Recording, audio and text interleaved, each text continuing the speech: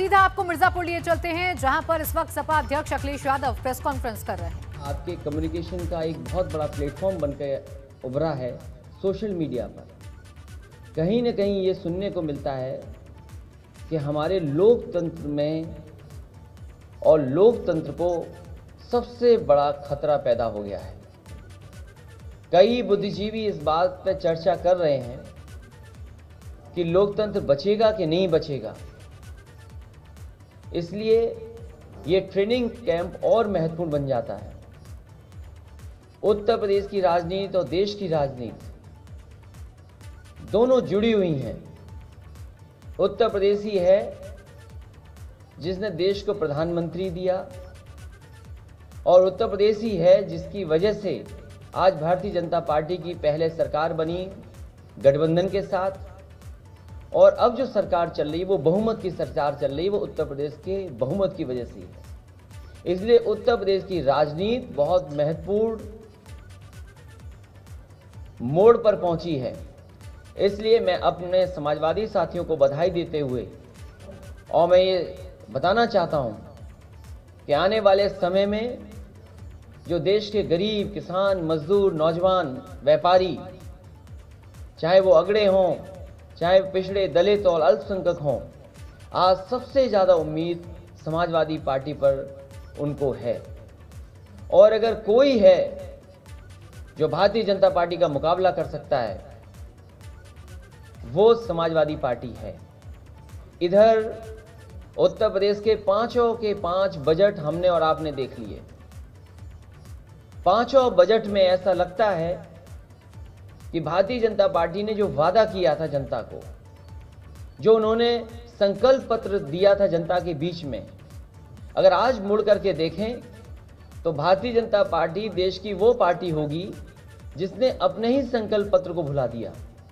जो जो वादे संकल्प पत्र में किए गए थे, 5 बजट पूरे हो जाने के बाद और दिल्ली की सरकार का इतना बड़ा सहयोग होने के बाद आज संकल्प पत्र पूरा नहीं है उनका। और जिन लोगों ने ये कहा कि हम किसान की आमदनी दुगनी कर देंगे, हर भाषण में कहा, हर जगह जाकर के कहा, कोई जगह बची नहीं जहां पर इन्होंने कहा ना हो कि आमदनी दुगनी कर देंगे। और सोचिए वही दल के नेता, वही पार्टी ऐसा कानून लेकर के आई है कि आने वाले समय में किसान के लिए डेथ वारंट साबित होगा, जहां उनकी खेती लूटी जाएगी। और वहीं बड़े बड़े उद्योगपतियों की नजर उनकी खेती पर होगी। भारतीय जनता पार्टी ये तर्क देती है कि जमीन को कोई खतरा नहीं है। मैं आपसे पूछना चाहता हूं, भारतीय जनता पार्टी ये बताए कि जब उनके खजाने में पैसा नहीं है तो भारत की एसेट्स क्यों बेची जा रही हैं, देश की कीमती कंपनी क्यों बेची जा रही है। आज ही से 2 दिन पहले मैंने अखबार में पढ़ा कि देश के प्रधानमंत्री जी ने कहा कि हमें अपनी कंपनियों की एसेट्स बेचना ही पड़ेगा और तभी जाकर के 2,05,000 करोड़ तैयार इकट्ठे होंगे। तो भारतीय जनता पार्टी ये बताए, जो घाटे में चली गई है सरकार, उस घाटा को पूरा करने के लिए कंपनियां बेच रहे हैं कि नहीं बेच रहे हैं। और कल को अगर किसान घाटे में चला जाएगा, क्या उद्योगपति उनकी जमीन छीन लेंगे कि नहीं छीन लेंगे। आज पूछिए, पूरे किसानों का धान लूट लिया गया, 1100, 1200, 900 रुपए में खरीद लिया गया, कहीं एमएसपी नहीं मिली। अभी खेतों में खड़ी है सरसों। हमें बताए भारतीय जनता पार्टी के लोग कि जो सरकारी एमएसपी तय है, क्या वो एमएसपी किसानों को मिलेगी कि नहीं मिलेगी सरसों की। और जिस तरीके से महंगाई बढ़ रही है, अब तो डीजल पेट्रोल कई हिस्सों में देश के 100 के ऊपर पहुंच गया है, 100 के करीब आ गया है। और वही जो गरीबों को सिलेंडर दिया था फ्री दे करके, और आज 1,000 रुपया वसूल रहे हैं ये लोग। फ्री का सपना दिखाया और आज 1,000 रुपया लिया जा रहा है। समाजवादी पार्टी का ये सवाल है भारतीय जनता पार्टी पर कि जो मुनाफा हो रहा है डीजल और पेट्रोल की कीमत बढ़ने से, वो आखिरकार मुनाफा जा कहां रहा है। और याद रखिए, जिस समय डीजल पेट्रोल महंगा हो जाता है महंगाई को कोई रोक नहीं सकता। इसलिए जहां महंगाई बढ़ रही है, खेती बर्बाद हो रही है, उद्योग लगने का नाम नहीं ले रहे हैं। मुझे याद है कि भारतीय जनता पार्टी के लोगों ने बहुत सपना दिखाया उत्तर प्रदेश की जनता को, कहा कि उनकी सरकार आएगी तो इन्वेस्टमेंट लाया जाएगा। बहुत बड़े पैमाने पर आयोजन हुआ लखनऊ में। जनता को उम्मीद जगी कि शायद इस इन्वेस्टमेंट से उनका भला हो जाएगा।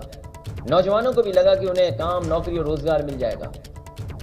लगभग 5 लाख का एमओयू हुआ। सरकार ने 5 लाख का एमओयू किया, लेकिन जमीन पर कुछ नहीं आया। डिफेंस कॉरिडोर बनाने का सपना दिखाया, डिफेंस कॉरिडोर के नाम पर कुछ नहीं आया। तो हम कैसे भरोसा कर लें भारतीय जनता पार्टी पर, जिन्होंने नोटबंदी करके हमारे उद्योग, कारखाने सबको बंद कर दिया। थोड़े बहुत नोटबंदी में बंद हुए, कुछ जीएसटी में बंद हो गए, और रहे बचे कारोबार कोविड के बहाने जिस तरीके से लॉकडाउन किया, पूरा का पूरा उद्योग खत्म हो गया। बताओ हमारे मध्यम वर्ग के लोगों की क्या हालत है आज। महंगाई के मारे वो सोच रहे हैं शहरों में रहते हुए कि हम खाएं क्या और बचाएं क्या। इस महंगाई ने हमारा आज खराब किया है, और जिस तरीके से हमारा रखा हुआ पैसा बैंकों में, उसकी जो इंटरेस्ट कम की है, उससे हमारा भविष्य भी खतरे में डाल दिया है। आप हिसाब किताब लगाइए, जब से बीजेपी आई है, हमारा जो जमा पैसा था, जो हमें इंटरेस्ट मिलता था एफडी पर, कितने % नीचे चला गया। जो सरकार देती थी, बैंकें देती थी। और आज मैंने अखबार में पढ़ा, कहा कि बैंकों को बड़ा बैंक बनाई जाएगी और सीवीसी की गाइडलाइंस को खत्म कर दिया जाएगा। सीवीसी से डरना नहीं चाहिए। सेंट्रल विजिलेंस कमीशन वो कहीं ना कहीं देखता है कि कोई निर्णय गलत तो नहीं हुआ, कहीं भ्रष्टाचार तो नहीं हो गया, कहीं फाइनेंशियल इरेगुलरिटी नहीं तो नहीं हुई। तो अगर सीवीसी खत्म कर रहे हैं, तो जो जिससे डर कहीं पाबंदी लग सकती थी, भारतीय जनता पार्टी आखिरकार क्यों ऐसा फैसला ले रही है? जहां खुद की कमी ना पकड़ी जाए, उसके लिए सीवीसी खत्म कर रहे हैं, और विपक्ष के लोगों के लिए ईडी और सीबीआई लगा रहे हैं। मुझे याद है मिर्जापुर में फ्रांस के बहुत बड़े पॉलिटिकल लीडर आए थे। आपसे बेहतर कौन जानेगा कि वो सोलर प्लांट किसका लगाया हुआ था। वो सोलर प्लांट समाजवादी सरकार का लगाया हुआ था। आपने वो तस्वीर भी देखी होगी जो दिल्ली से मेट्रो में एक कोरिया के राष्ट्रपति और भारत के प्रधानमंत्री बैठ करके नोएडा तक गए थे। वो भी मेट्रो समाजवादी सरकार की बनाई हुई थी। अभी कुछ दिन पहले आपने भदोही में देखा होगा, आपके उत्तर प्रदेश के हमारे पहले मुख्यमंत्री हैं जो उद्घाटन का उद्घाटन करते हैं और अपने उद्घाटन का फिर उद्घाटन कर देते हैं, शिलान्यास का शिलान्यास करते हैं, एमओयू का एमओयू करते हैं। ऐसे पहले मुख्यमंत्री होंगे, और उनकी भाषा का तो हम और आप कल्पना ही नहीं कर सकते। हाल ही में जो भाषा उन्होंने बोली है, ये तो शायद कोई योगी नहीं बोल सकता। वो हमारा लोकतंत्र का मंदिर है, जहां जनता की आवाज उठाई जाती है। हमारी परंपराएं हैं, हमारे तमाम वहां पर ट्रेडिशंस हैं जिनको हम फॉलो करते हैं। वहां पर सोचो, एक योगी मुख्यमंत्री क्या कहते हैं कि पलट कर मारेंगे, पटक करके मारेंगे, ठोक दो इनको। लाल टोपी, जाने क्या घबराते हैं लाल टोपी से। मुझे लगता है कि कभी बचपन में लाल मिर्च खा ली होगी, उसकी वजह से आज तक वो लाल से घबराते हैं। और ये लाल रंग जो टोपी का है, वो हमारे इमोशंस का रंग है।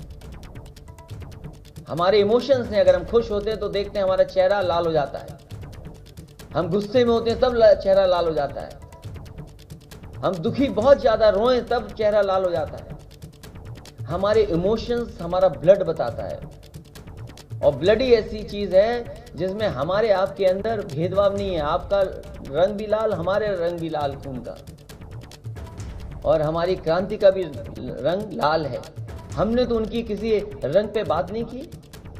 हम ये भी तो कह सकते हैं जिनके दिल काले हैं उनकी काली टोपी है, जिनके दिलों में नफरत है उनकी टोपी काली है। और ये भारतीय जनता पार्टी जानबूझ करके इन मुद्दों से इसलिए राजनीति करती है क्योंकि अर्थव्यवस्था पे वो बहस नहीं करना चाहते, बाजार पे बहस नहीं करना चाहते। वो जानते हैं कि किसान को बाजार के भाव पे छोड़ दिया, हमारा किसान मर जाएगा। बर्बाद हो जाएगा।